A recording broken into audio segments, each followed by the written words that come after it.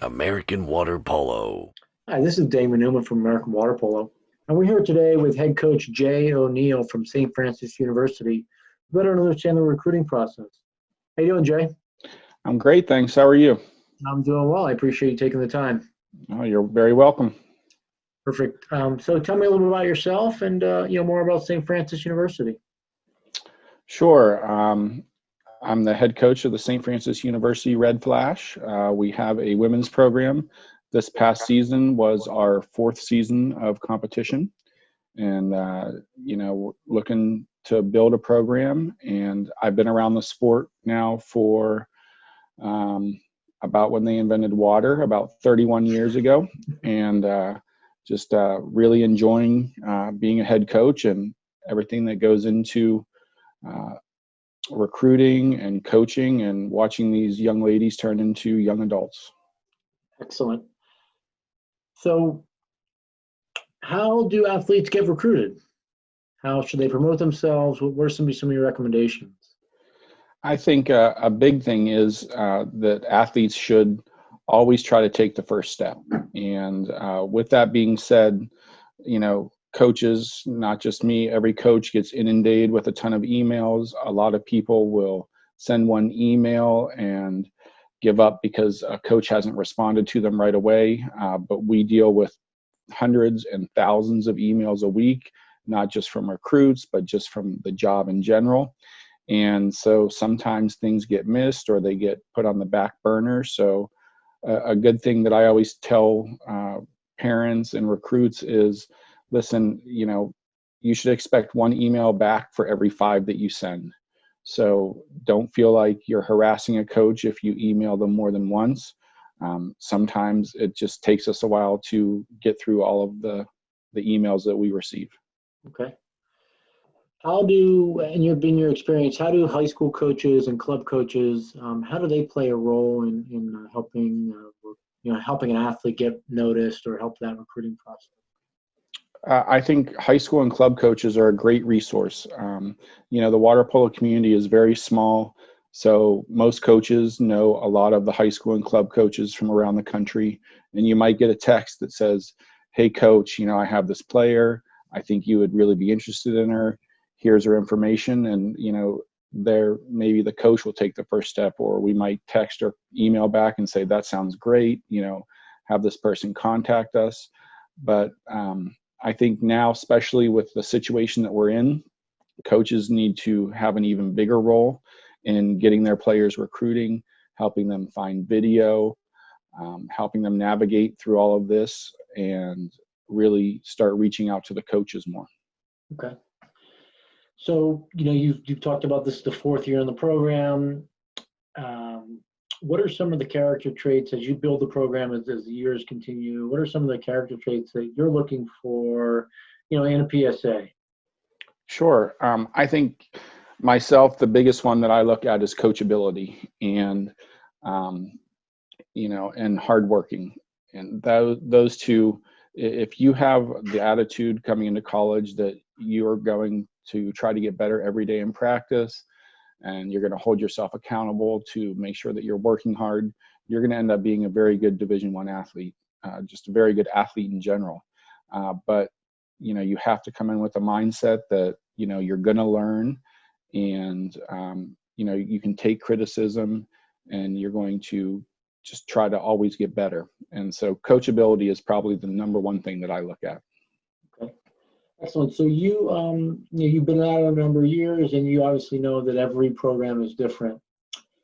When should an athlete start this recruiting process?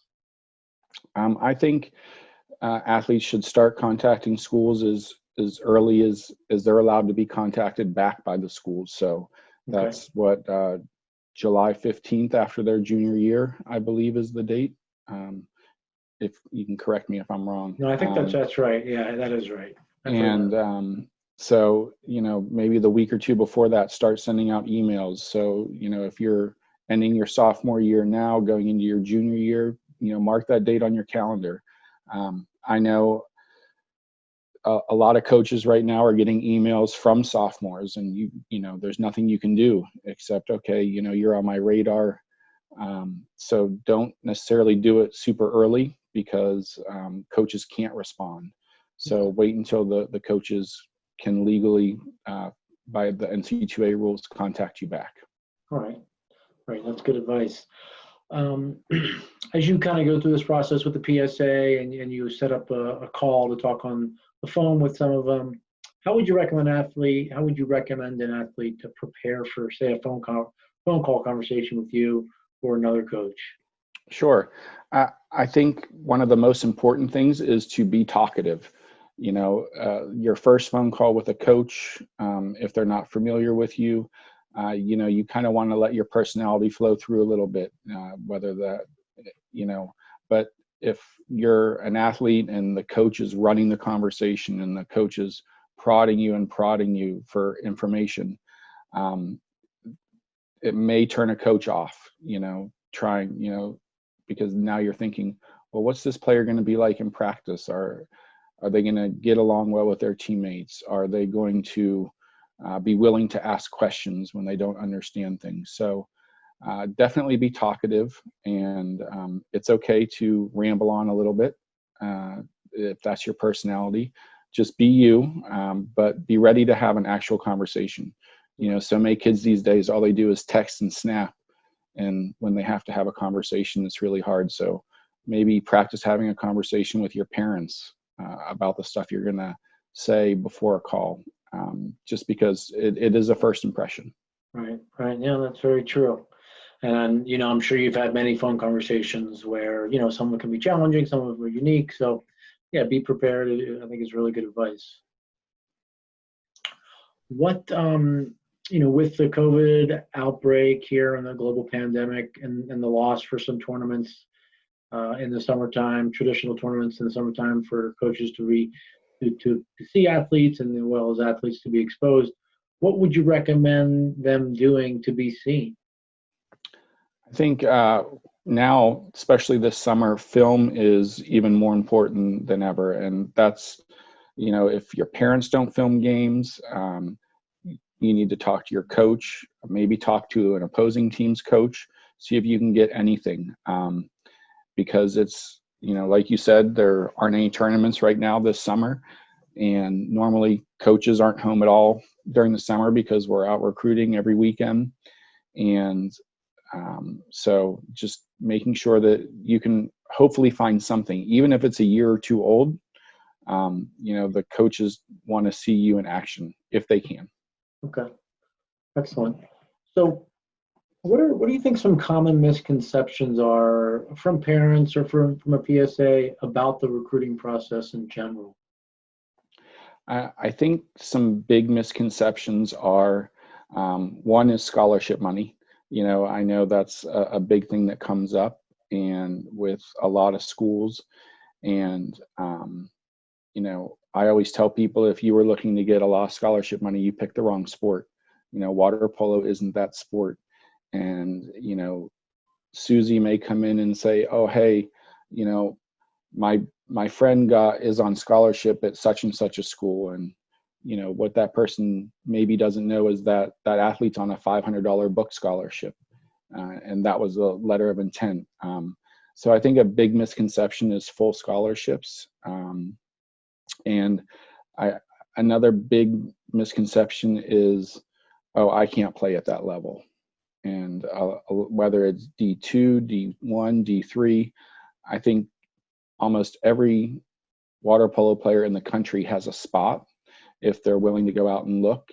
And, don't be afraid to look up. Don't be afraid to say, oh, maybe I can't play at that level. I watched a game of this team and that team, and those players were way above my level. Well, maybe you were just watching two teams that had all seniors in the pool, and those players were just like you whenever they were freshmen in college. So really look up and, explore all your options.